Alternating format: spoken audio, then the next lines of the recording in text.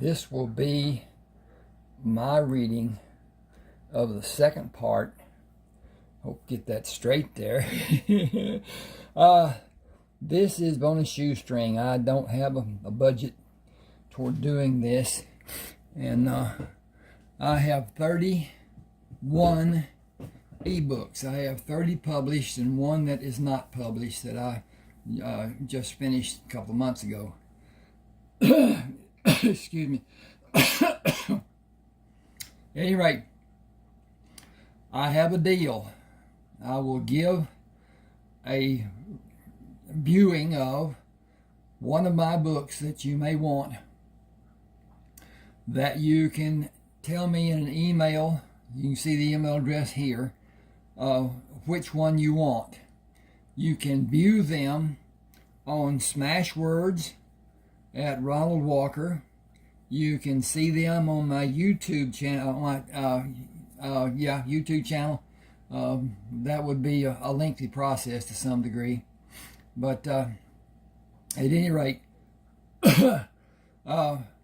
you can look at Sexy Assassin on Smashwords, and then look below where you see the book cover showing and whatever, and there's a carousel of books that you can look at, and even tap one of them and see a carousel below it and get a full viewing of the books. The problem with it is Smashwords sold rights, I'm not certain what exactly, how much or whatever, to Dash to Digital. Dash to Digital, whatever, D2D. And we don't get the amount of money that we were getting before from Smashwords. I don't anyway, can't say what everybody else is doing. At any rate, send me an email, tell me what book you want, or even ask for a list of books. I can send those to you, and do whatever. Once you've read it and decided you do want more, send me the $6.99 that will cover that first book, and then tell me again what book you want and send the $6.99. I like Zelle, Zelle. It's an application that both the banks I use here in East Texas provide. It's free. It's just a money transfer from one account to another account. Usually it's by email address, and the bank that's attached to that, whatever. I can't explain it totally. Check it out yourself, see what you think about it. Understand, you need to know and have confidence in the person that you're sending the money to, because once you send it, it's sent. It's not a matter of it being taken like a check and cashed and whatever. The banks don't want to fool with it. The banks will help as far as giving advice and whatever, but as far as helping with you sending to somebody that you don't know and it possibly being a scam, there's nothing they can do about it. It's bank to bank, and so it's done. So keep that in mind.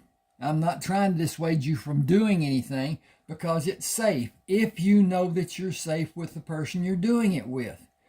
And there's a process, whatever. I'm aged.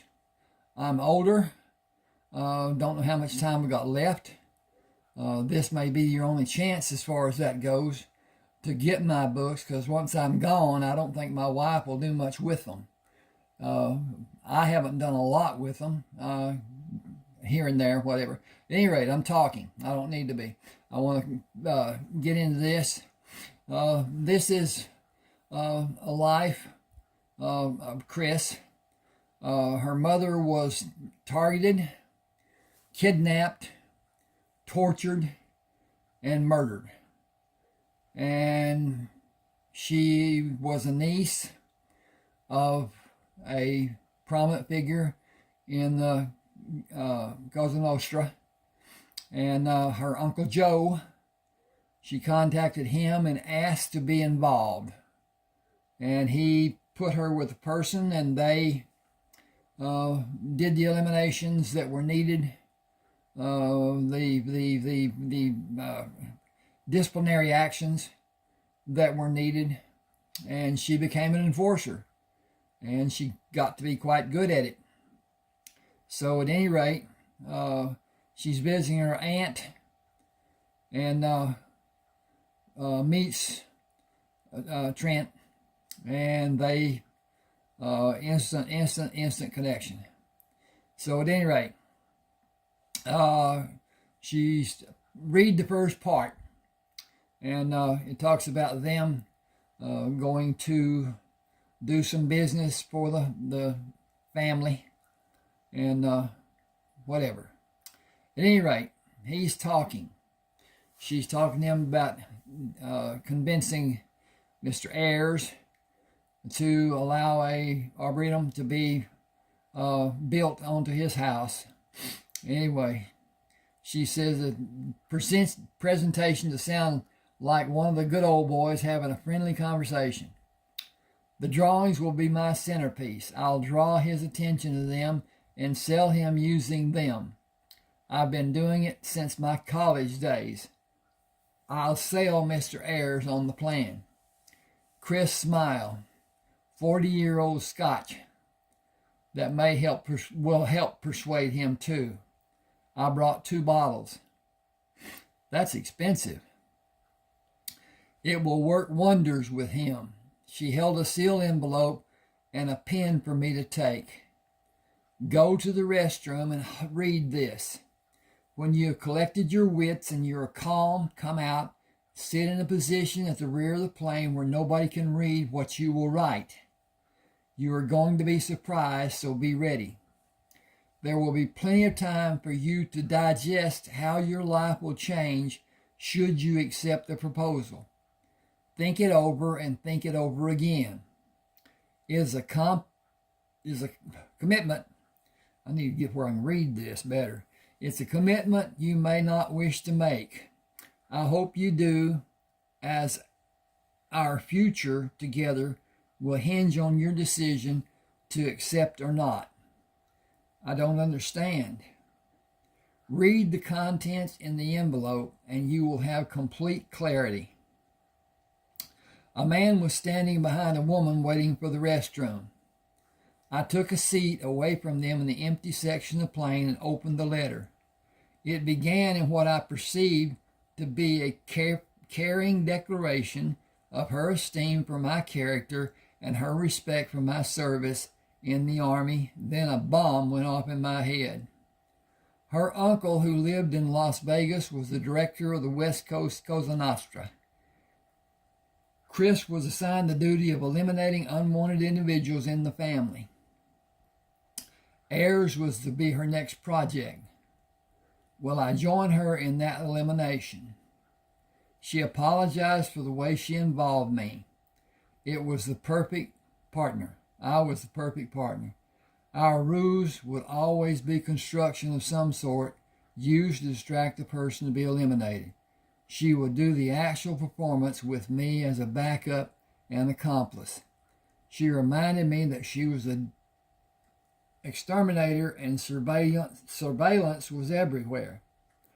I was not to act in any way she did not instruct me to do. Her explanation and entreatment was on 3 pages of letter-sized paper. Excuse me just a second.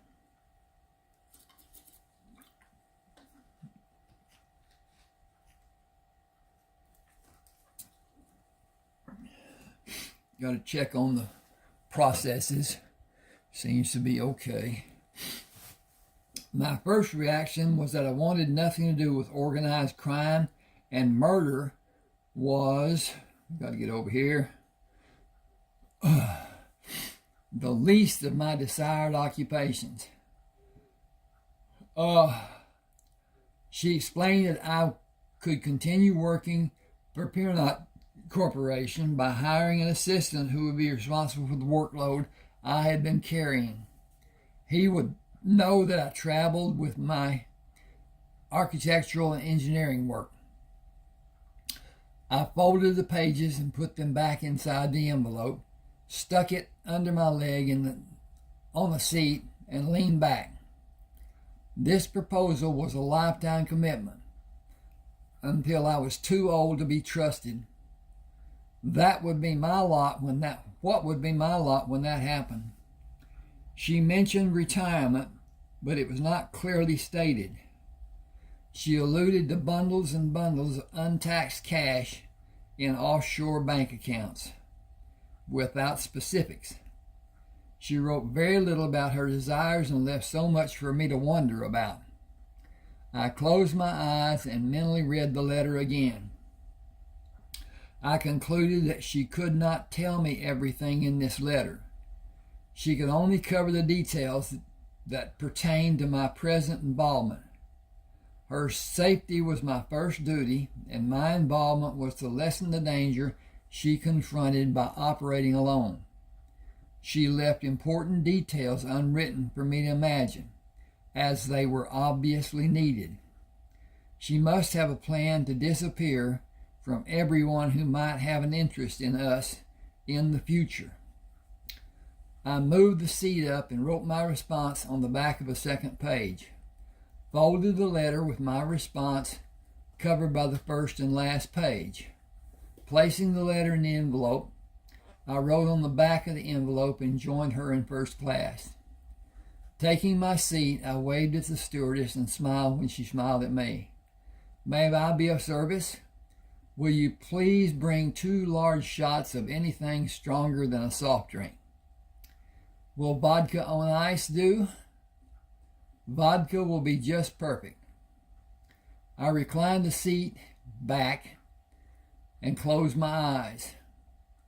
Pulling the release lever to move the seat to its upright position, I took the cup from the stewardess and downed it. Thank you. That hits the spot. Chris took her drink and swirled the ice cubes inside the cup. You're very calm. Read the back of the envelope. She loudly blurted out, You're in. Oh, thank you.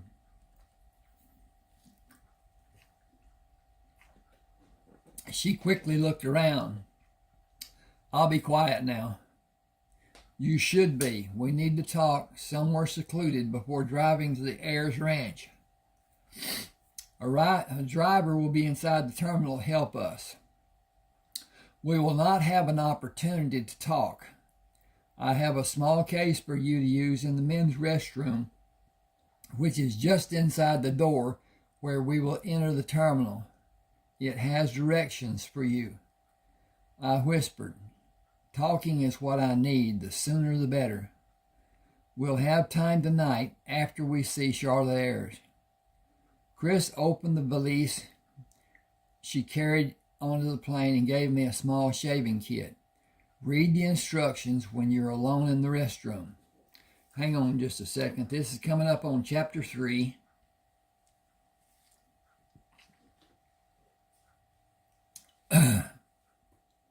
And I feel the need for water for some reason. Don't usually. I put the shaving kit under my arm to use the farthest urinal. Oh, I jumped too far. Excuse me just a second here. And waited for the only other man to leave the restroom. After he closed the door, I opened the kit and read the instructions for placing a mustache and a goatee on my face by applying a light adhesive. The horn-rimmed glasses did not have magnification, and I could easily see the identification Chris had inside the kit. Tim Carter, born 12 December 1916, 3 months after I was born. The Texas driver's license with corresponding dates was as official looking as any I had seen. I spread the adhesive affixing the mustache and the goatee, checked the fit of the glasses, and hurried out the door. Approaching the only woman standing near the women's restroom is where I met Chris, but I did not recognize her immediately. She had a dark wig with her eyebrows darkened and teeth that made her jaw look extremely large. Can you eat with those? I can and I will. You look great. Different, but still great. She brought her hand up to me. I am Claire Whitmore. I'm glad to meet you, Tim Carter. Up we go. I quipped, it seems to me we have met before. You have the same warm feeling of an old friend of mine. She took the shaving kit and placed it inside the valise. Shall we go to the baggage area? Our driver will be waiting for us. A beautiful woman was the only person who seemed to be waiting in the pickup area. She held her hand out to me. I am Charlotte Ayers. She grinned at Chris. I came alone. Chris said, that is not allowed. I mostly do what I am expected to do, but sometimes I can't resist doing as I please, just as you told me you have done. I had no intention of acting as they expected, and staying in the family was never been my plan. I always did as I wanted. Charlotte turned to me. Now we are both in the family. As are you, Tim. May I call you Tim? May I call you Charlotte? She called me by the name I had only a few minutes earlier learned was how I would be known in future times. Excuse me.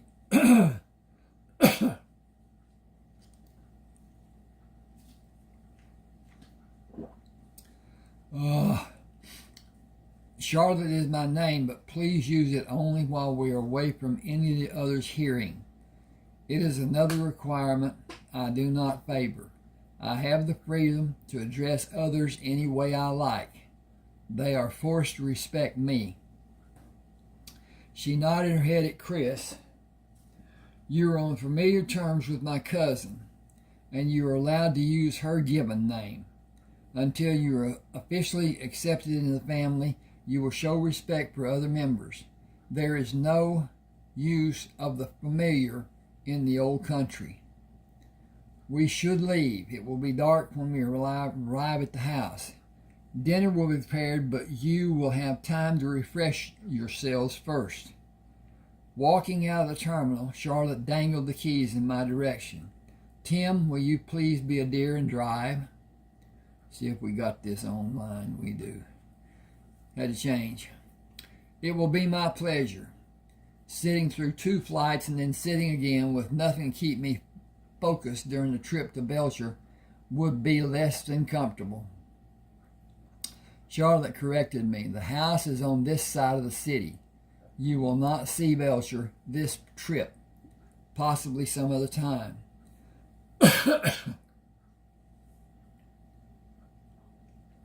I moved the car out of the airport parking lot and followed Charlotte's directions to Highway 523 and turned east before she moved to sit in a position to look at Chris.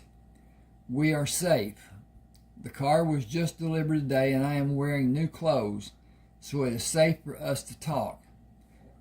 It's been some time since we were together. It's good to see that you've been well, and from the looks of things, you've done well too. He must be a good-looking man behind all that hair. Chris said, you always had an eye for the men, even when we were children. Charlotte shook her head and looked down. I wasn't given the choice when it involved my marriage. He was attentive until he was needed in the family business, and he became greedy. He thought he was smarter than the bevy of accountants overseeing his activities. His pilfering and womanizing was tolerated until he started pursuing 2 wives of his business associates. Now you are chosen to rectify the mess he made and satisfy everyone he has disrespected. She looked at me. I got a problem in my throat. She looked at me in the rearview mirror. Turn left and go about 2 miles and turn right. I'll tell you when to slow down and make the turn. The road going east will intersect with Highway 60, and that will take us to the house. She turned back to face Chris. I intend to go with you when you retire. I have long considered what you told me about living under the watchful eyes of the family. As you said, the older men will not be prominent in a few years and will lose their influence completely a short time after the decline of their power happens. Someone will surely come for me and for you. You have been too close and we know too much. We will be seen as liabilities. We both know full well what our fates will be. That time is not yet near, and neither of us will be in any danger for several years. I don't intend to wait until it's too late. It will become obvious as the deterioration in influence begins to happen. I have already started making arrangements, as you told me you have. We will need to move often during the 6 or 7 months after we leave the States. I asked, how can you ever hide from a mass of men who control the family? They are everywhere you may go. Every country in the world. I know how I would attempt to do it, but there's always a chance of a dire slip happening. That should be in every country. Oh, excuse me just a second. I got to make a slight change here. Okay, done did that. I know how I would attempt to do it, but there is always a chance of dire slip of happening. Chris said your experience will help us make our plans to find success. You told me how several of the covert operations you were a part of were done. It was pure genius, and we modeled our plans of escape as you did. You know how to plan a means for our disappearance. A seemingly innocent flight to a vacation spot, walk across the terminal to another airline to fly to another location, ride a bus to another airport in a different country, and begin a course of action that can never be followed. You can never come back. We can never be our true selves. We can never trust a friend other than the four of us. We can never leave our fingerprints to be found on the glass or in some other way. We can have good lives. Got to change this book page. But we must never forget to act the part of the identities we take. One old cousin will know what names we might be using. He will have a practiced lie to lead anyone following us down a twisted path until they are mired in confusion. He will never tell anyone the truth. Charlotte said, I doubt that he will ever be asked. His position in the family is too secure, because so many others depend on his work. Chris and Charlotte had not been together in the past year and talked like sisters catching up with each other until Charlotte told me to turn under a large rock arch entrance leading into the property. The ranch house was built high on the hill between the highway junction called Wintley and the city of Belshire. Cows were everywhere in the pastures around the fenced grounds of the house. In addition to the master bedroom, the 10 guest bedrooms each had a full bathroom. It was closer to being a palace than a house. Servants were plentiful, and luxuries were the rule of the house. The ranch location gave seclusion to visiting family members and allowed them to come and go freely. Hang on, got to change page. Charlotte said, I am the mistress of the house. It is not mine. Men and women come at times unannounced and take privileges only an owner should have. My not acting as a servant does not stop my feeling like one. It was a short-lived honeymoon and the visitors started coming. Someone will be here now if you were not here.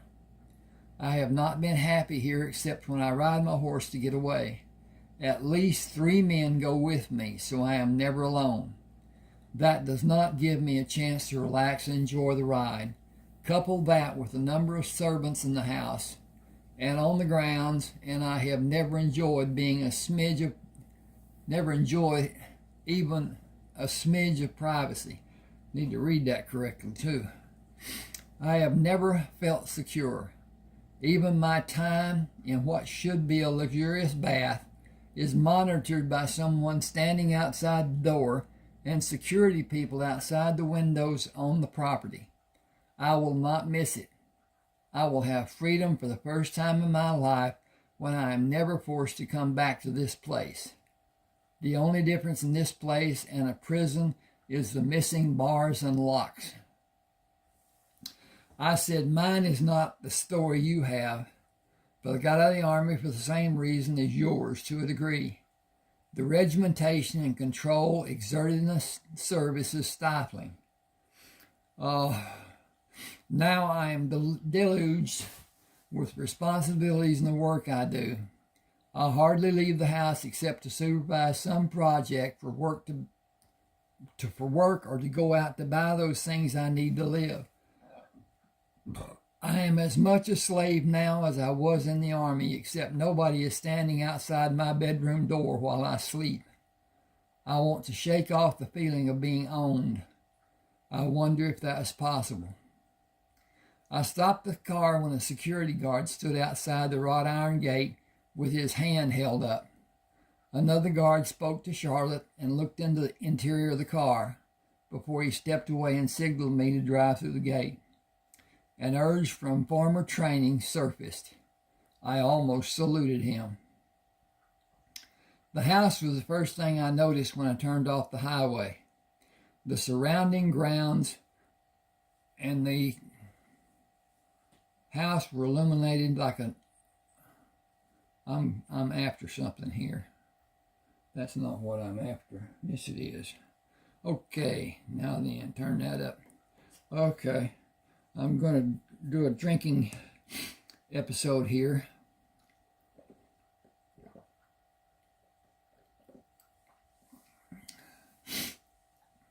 After we drove through the gate, Charlotte said, every room in the house is monitored by visual and audio surveillance. You are allowed to have them turned off when you use the bathroom. Toilet. But you must ask for permission by switching the light off and on. A return signal of the light switched off and on tells you when it is done.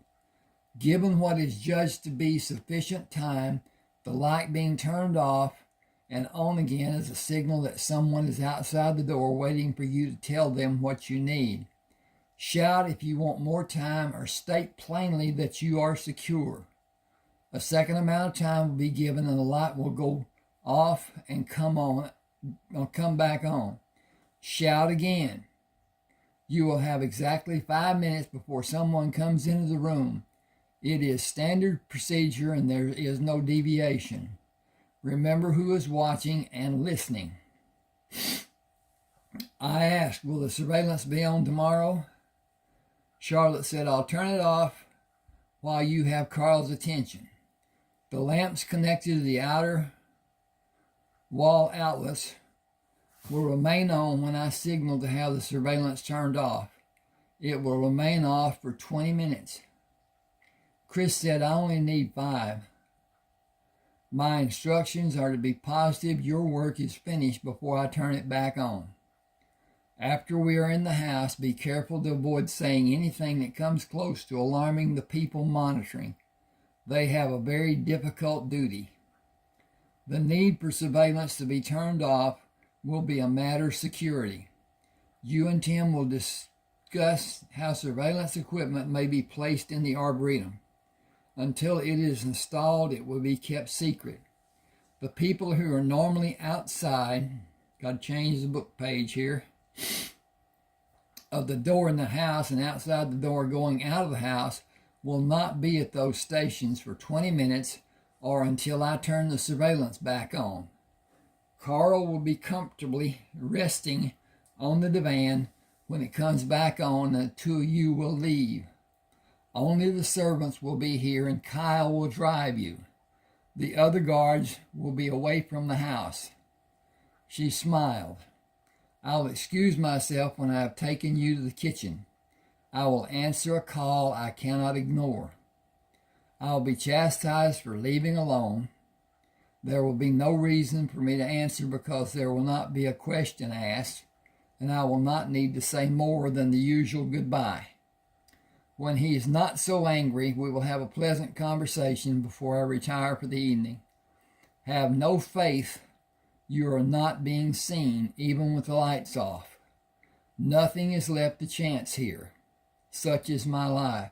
A prisoner without manacles is still a prisoner. The house was beautiful. I had a complete feeling of need to say and do nothing while I was inside the house or outside. As much as I wanted to see the stables and horses, the armed guards took away the allurement. We bathed and prepared for dinner and ate in silence. Charlotte led us into the study where I found a copy of Ulysses and read until bedtime. Our assigned servants took each of us to the rooms we would occupy and said good night before closing the door. I went through the motions of washing my face without wetting the mustache or goatee and signaled for the camera to be turned off. There was no response. I took that to mean I did not need privacy and stood at the toilet to purposely make as much noise as possible, relieving my bladder, shook my member, and washed my hands. The light in the bathroom was visible after I closed the door. Sleep did not come for some time. I finally turned on my right side in a fetal position and slept.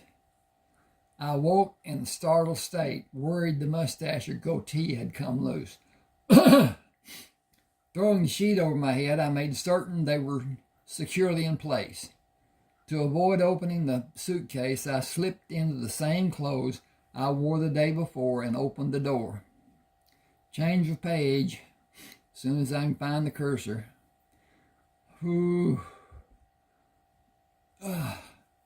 A stern rebuff came from the hallway. You need to knock for the doors to be opened inside this house. I was immediately angry. You need to serve as well as guard. He did not know what to say, and I played the part of having authority. I will not report you this time. Show me downstairs. I want hot coffee. He stammered, yes, sir, come with me, side by side. Military? Proudly, he said, MP. It is evident. Your training is evident too, sir. MP, if you don't know, is military police. And they are a specialized group. Your training is evident too, sir. He stopped at the door of the study, took a standing position with more freedom than his time in service dictated. I closed the door and poured a cup of coffee. Taking the same seat as the night before, I drank the coffee and continued reading the work of James Joyce.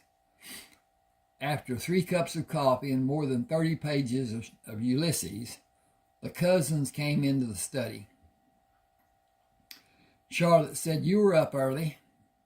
Is it an old habit from your former life? I was startled with her referencing my military service. Construction has been my life lately. Early rising has been a part of my routine. Chris did not speak and did not acknowledge me. Charlotte asked, will you accompany us to the dining room? Breakfast has been served. I grinned. I'll wash my hands. She indicated the opposite door from the one we used to enter the room. The other door of the bathroom leads into the hallway across from the dining room. There was no response when I signaled to have the cameras turned off. Okay.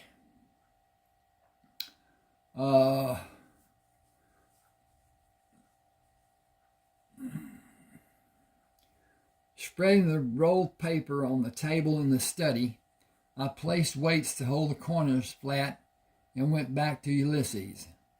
I was nearing the 3rd cup of coffee when Chris led Charlotte and Carl into the study. He had the air of a monarch. It came across as haughty and unsavory. I went to the drawings. These are sample drawings I did for your approval. Any part may be incorporated into the construction, or it may be omitted, according to your preference. Will you come outside with me to look at the possible location? I don't need to do that. You wasted your time on your trip. There will not be any form of a greenhouse constructed on my house.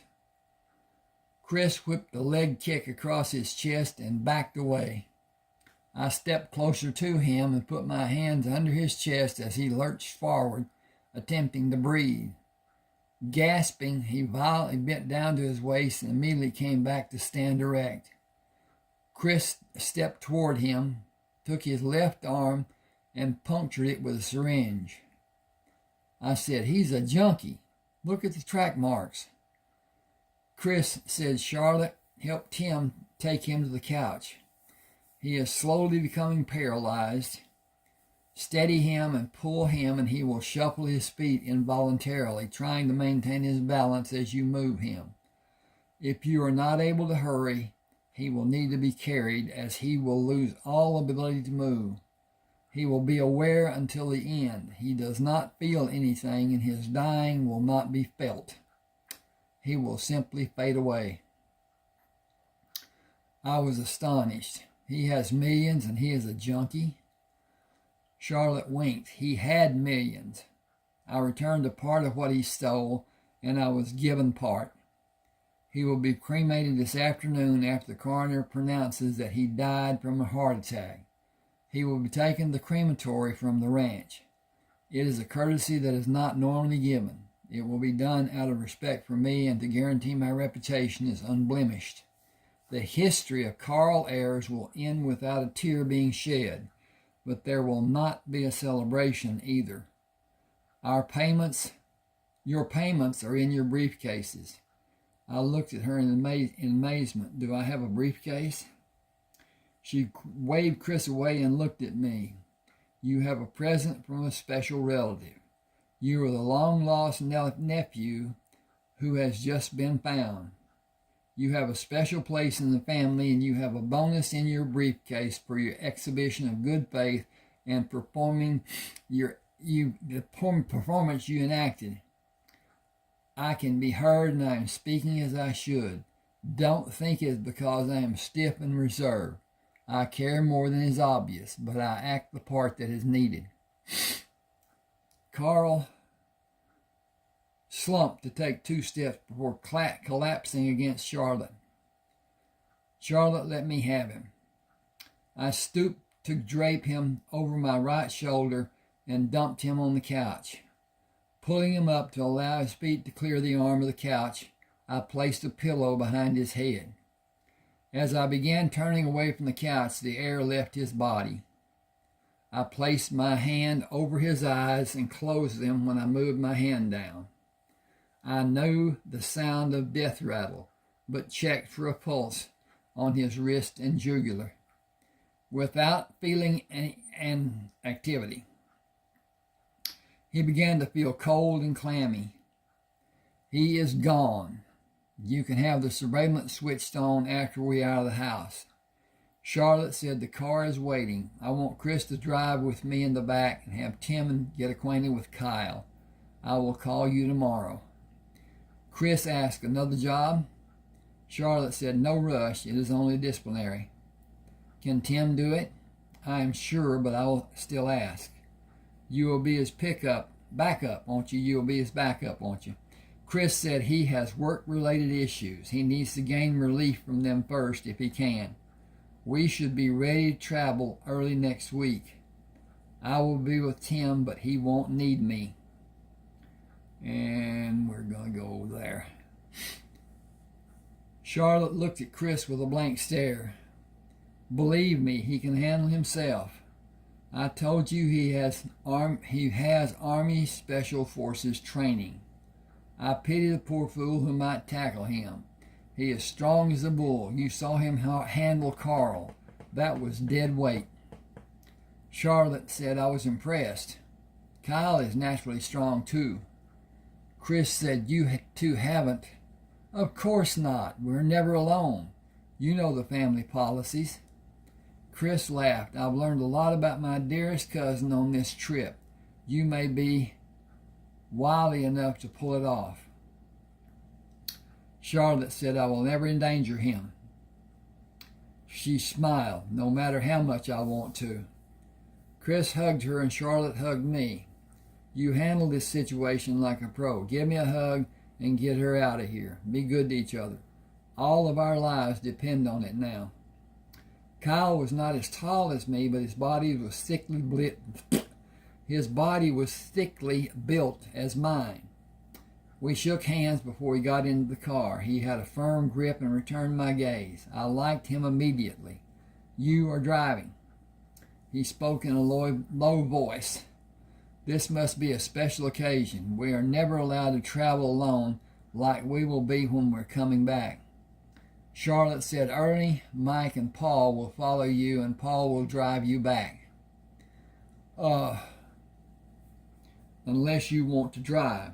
I want you and Tim and Chris to be able to talk about anything you like without being interrupted. You will have time when you're at the airport. The plane you will go back on flies out of Dallas and refuels, so you can judge how much time you will have before you need.